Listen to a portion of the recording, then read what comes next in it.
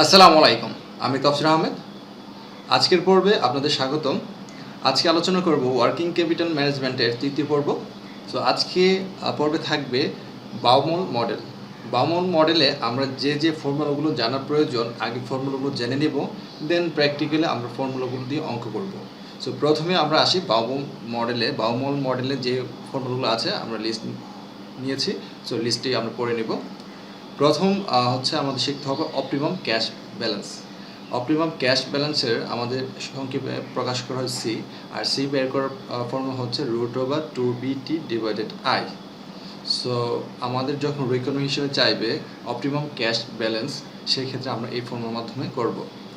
তারপর total number of transfer অথবা total number of order, কত সংখ্যক অর্ডারটি ঘটবে, সেই ক্ষেত্রে T/C। সি হচ্ছে আমরা এখানে অপটিমাম ক্যাশ ব্যালেন্স পেয়ে গেছি, আর টি হচ্ছে টোটাল রিকোয়ারমেন্ট। সো সেক্ষেত্রে আমরা এই ফর্মুলার মাধ্যমে করব। তারপর অ্যাভারেজ ক্যাশ ব্যালেন্স, সেক্ষেত্রে আমরা সিকে 2 দ্বারা ভাগ করলে আমরা অ্যাভারেজ ক্যাশ ব্যালেন্স পাচ্ছি। হোল্ডিং কস্ট অথবা অপরচুনিটি কস্ট যদি চাই, সেক্ষেত্রে আমাদের ফর্মুলা হচ্ছে C/I/2। সো সি কীভাবে বের করছে সেটা আমরা জেনে নিয়েছি। আই হচ্ছে ইন্টারেস্ট রেট /2। ট্রেডিং কস্ট অথবা কনভার্সন কস্ট যদি চাই, সেক্ষেত্রে T/B/C। সো টি হচ্ছে টোটাল রিকোয়ারমেন্ট, আর বি হচ্ছে প্রত্যেকবার ট্রান্সফারের জন্য কতবার কস্ট হয়, কত টাকা কস্ট হয়, আর সি হচ্ছে আমাদের cash balance. So total cost যদি চাই, তাহলে আমাদের হোল্ডিং কস্ট এবং ট্রেডিং কস্ট অথবা অপরচুনিটি কস্ট অথবা কনভার্সন কস্ট যোগ করলে হবে, অর্থাৎ দুটি ফর্মুলা আমাদের এখানে যোগ করে দিতে হবে। রিটার্ন পয়েন্ট, যেটাকে জেড দ্বারা প্রকাশ করা হয়, সেক্ষেত্রে হচ্ছে third road 3 × C into sigma square, অথবা এটাকে ভেরিয়েশন বলা হয়, ডিভাইডেড 4 × I/360। সো এই ফর্মুলার মাধ্যমে করতে হবে আমাদের রিটার্ন পয়েন্ট যদি চাই। আপার লিমিট বের করার ফর্ম হচ্ছে লোয়ার লিমিট প্লাস 3Z। সেক্ষেত্রে লোয়ার লিমিট প্রশ্নে দেওয়া থাকে, যদি না থাকে সেক্ষেত্রে লোয়ার লিমিট 0 হবে। আর 3 × Z বলতে আমাদের এই জেডের মান তো আমরা জানি কীভাবে বের করতে হবে, আর জেডের সাথে 3 গুণ দিলে আমাদের যে রেজাল্টটা আসে সেটা হচ্ছে আপার লিমিট।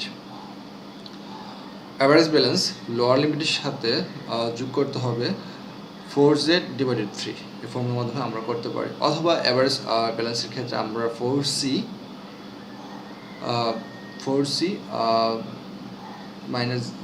Z/3। তো সেই ক্ষেত্রে আমাদের সি এর মান জানা থাকতে হবে। আর সি এর মান কীভাবে বের করবো, টার্গেট ব্যালেন্সকে আমরা সি দ্বারা প্রকাশ করি। সি সমান lower limit plus return point. So lower limit usually আমাদের প্রশ্নে দেওয়া থাকবে, আর রিটার্ন পয়েন্ট যোগ করলে চলবে। তো অনেক সময় দেখা গেছে কি আমাদের রিটার্ন পয়েন্ট যত হয়, অ্যাভারেজ টার্গেট ব্যালেন্স সেম হয়, কারণ লোয়ার লিমিট যদি আমাদের 0 থাকে, তাহলে শুধু এই ফিগারটি আমাদের যোগ হচ্ছে।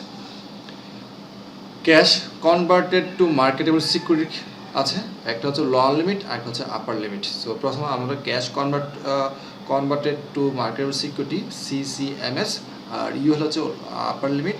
সেক্ষেত্রে upper limit minus Z. So upper limit আমাদের কীভাবে বের করতে হয় আমরা জেনে নিয়েছি, আর জেড কীভাবে বের করতে সেটা আমরা জেনে নিয়েছি। সো আপার লিমিট থেকে জেড মাইনাস করতে হবে। আরেকটা হচ্ছে cash converted to marketable security lower limit, সেক্ষেত্রে Z-0 ব্যালেন্স, অর্থাৎ জেডের ভ্যালুটাই হবে আমাদের cash converted to marketable securities. Speed, অনেক সময় স্পিড আমাদের এরকম যেতে পারে 3 × Z, সেক্ষেত্রে ফর্মুলা হবে। তো আমরা বাউমল মডেলের যে ফর্মুলাগুলো জানার প্রয়োজন ছিল আমরা জেনে নিয়েছি। এখন প্র্যাকটিক্যালি আমরা অঙ্ক করি কীভাবে আমাদের করতে হবে। প্রবলেম 6, আমরা প্রথমে প্রশ্নটা পড়ে নিব, দেন সলিউশন করার চেষ্টা করব। So problem 6, Ahmed company has a policy of maintaining a minimum cash balance of taka 5,000, and the standard deviation of the company daily cash flow is 200. Standard deviation দেওয়া আছে 200. The annual interest rate is 9%, এর মান হচ্ছে 9%. The transaction cost of buying or selling securities is টাকা 20 পার transaction. প্রত্যেকবার selling বা বাইংয়ের জন্য যতবার ঘটনা ঘটবে, লেনদেন ঘটবে, ততবার প্রত্যেকবারের জন্য 20 টাকা করে খরচ হবে। রিকোয়ার্ড চেয়েছে ABC 3টি। সো প্রথম চেয়েছে আমাদের return point. So return point বের করার ফর্মুলা হচ্ছে আমরা জানি রিটার্ন পয়েন্টকে সংক্ষেপে প্রকাশ করে Z। Third root 3 into C 3 into C into sigma square divided 4 into I divided 360। তো থার্ড তো ফর্মুলা থার্ড, 3 তো ফর্মুলা, সি হচ্ছে আমাদের ট্রানজ্যাকশন কস্টটা হবে, অর্থাৎ 20 বসেছি। আর সিগমা স্কোয়ার আমাদের স্ট্যান্ডার্ড ডিভিয়েশন দেওয়া আছে 200, সো 200কে স্কোয়ার করতে হবে। সো 200কে স্কোয়ার যদি করি 200 into 200 is equal two 40,000, so 40,000 বসিয়েছি। 4 ইন্টু আই ডিভাইডেড 360, এই মানটা আমরা এখানে বের করে নিয়েছি। 4 ইন্টু আই, আর হচ্ছে 9% মানে 0.09, আর 360 গুণ দিয়ে ভাগ করলে আমাদের পেয়ে যাচ্ছে 001, আর সি মান তো আমরা 20 বসিয়েছি। আলটিমেটলি যার যার মান বসিয়ে ভাগ করলে থার্ড রুট হচ্ছে আমাদের ক্যালকুলেটিভলি হবে, অথবা আমরা রুটের পেটে বা রুটের মধ্যে যেটা থাকে সেটা হচ্ছে আমাদের 1কে 3 দিয়ে ভাগ করলে যে রেজাল্টটা আসে সেটা হবে হোল পাওয়ার হবে। অর্থাৎ এখানে সবগুলো করলে তো আমাদের একটা রেজাল্ট চলে আসবে। এই রেজাল্টকে 1কে 3 দিয়ে ভাগ করলে 0.333 আসবে। অর্থাৎ আমরা হ্যাক্স নামে আছে ক্যালকুলেটরে, অর্থাৎ এ মানের যে রেজাল্ট আসবে এটা ব্র্যাকেট দিয়ে আমাদের মান আসবে 1/3। 1/3 মান হচ্ছে পাওয়ার আসবে 333.333, অর্থাৎ এই রেজাল্টকে 0.33 দিয়ে পাওয়ার করলে আমাদের এই রেজাল্ট চলে আসবে আমাদের ক্যালকুলেটরে। আমরা এভাবে ইউজ করি, যারা টার্মিনাল অফ মানি করেছে তাদের এই পাওয়ারগুলোর কাজ বুঝি আমরা, অথবা সূচকের অঙ্ক যারা করেছে তারাও বুঝি। তারপর চেয়েছে আপার লিমিট। সো আপার লিমিটের ফর্মুলা আমরা শিখে নিয়েছি lower limit plus 3z। So lower limit আমাদের কিন্তু অঙ্কে প্রশ্ন দেওয়া আছে, মিনিমাম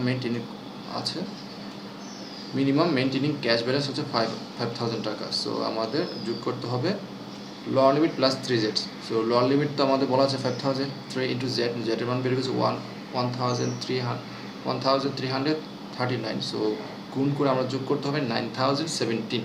এই হচ্ছে আমাদের আপার লিমিট। তারপরে চেয়েছে average cash balance. So average cash ব্যালেন্সের আমরা ফর্মুলা শিখেছি lower limit plus 4z divided 3। So lower limit 5,000, 4 into জেডের মান গুণ দিয়ে 3 দিয়ে ভাগ করলে রেজাল্ট চলে আসছে এটি। আলটিমেট যোগ করলে 6,758 হচ্ছে আমাদের অ্যাভারেজ ব্যালেন্স। সো আশা করি বুঝতে পেরেছেন। আমরা আরও একটি অঙ্ক দেখে নেব। সো প্রবলেম 8 আমরা প্রথমে পড়ে নেব। So Ahmed company has determined that it cost Taka 30 to convert marketable securities to cash and vice versa. অথবা যতবার কনভার্ট করা হয়, যতবার সেলস হয়ে কনভার্ট করা হয়, প্রত্যেকবার খরচ হবে 30 টাকা। সেটা হচ্ছে আমাদের সির মান। Marketable securities portfolio currently earn 8%, সেটা হচ্ছে আমাদের আয়ের মান 8% annual rate of return. The variation of daily net cash flow estimated 27,000. Variation দেওয়া আছে, এর আগে অঙ্ক দেওয়া ছিল স্ট্যান্ডার্ড ডিভিশন, আমাদের স্কোয়ার করে নিতে হয়েছে। আর এখন স্ট্যান্ডার্ড ডিভিশন স্কোয়ারের মান দেওয়া আছে, অর্থাৎ ভেরিয়েশনকে বলা হয় স্ট্যান্ডার্ড ডিভিশন স্কোয়ার। সো 27,000 দেওয়া আছে। এখন রিকোয়ারমেন্ট চেয়েছে আমাদের 1 থেকে 7, অর্থাৎ 1 থেকে 7 পর্যন্ত দেওয়া আছে। 1 by 1 আমরা পড়বো, দেন সলিউশন দেওয়ার চেষ্টা করবো। প্রথম রিটার্ন পয়েন্ট আছে জেডের মান বের করতে বলেছে। সো রিটার্ন পয়েন্ট ফর্মুলা আমরা জানি third root divided 3 into C into sigma square divided 4 into I divided 360, এই ফর্মুলার মাধ্যমে করতে হবে। So third root to third 3 মান 3 বসিয়েছে, সি এর মান হচ্ছে আমার 30 বলা আছে, আর সিগমা স্কোয়ার হচ্ছে ভেরিয়েশনের মান দেওয়া আছে 27,000, আর 4 ইন্টু আই ডিভাইডেড 360 মান আমাদের বের করে নিতে হবে। 4 তো ফর্মুলা 4, আর আয়ের মান হচ্ছে 8% সমান 0.08, আর 360 ভাগ করলে 0.000888 এই মানটি চলে আসছে। আলটিমেটলি এই কাজ করলে আমাদের চলে আসছে এই মানগুলো রুট ওভার 1/33, অর্থাৎ 1/3 ভাগ করলে 33, অর্থাৎ এই ক্যালকুলেটর প্রথমে আমরা এই মানটি তোলার পর পাওয়ার দেবো হ্যাক্স, যেটাকে হ্যাক্স বলা হয়। পাওয়ার দিব 1 কি 3 তে ভাগ করলে 0.33 আসতেছে, তাহলে আমাদের পাওয়ার দিব 0.3333, 4টা 3 দেবো, অসংখ্য 3 থাকবে, আমরা 4টা 3 দেবো, রেজাল্ট চলে আসছে এটি। সো আমরা কীভাবে করবো আমরা বুঝতে পেরেছি। এখন টার্গেট ব্যালেন্স যে আছে সেকেন্ড রিকোয়ারমেন্টে টার্গেট ব্যালেন্সকে আমরা প্রকাশ করি সি দিয়ে প্রকাশ করি। সো টার্গেট ব্যালেন্স বের করার ফর্মুলা হচ্ছে জেড প্লাস এল। সো জেডের মান আমরা বের করেছি, আর এল এর মান প্রশ্নে কিন্তু মিনিমাম যে কত টাকা প্রয়োজন এখন বলা নেই। সো জেডের মান আমরা বসিয়ে, আর এল এর মান হচ্ছে লোয়ার লিমিট, এল এর মান নেই 0।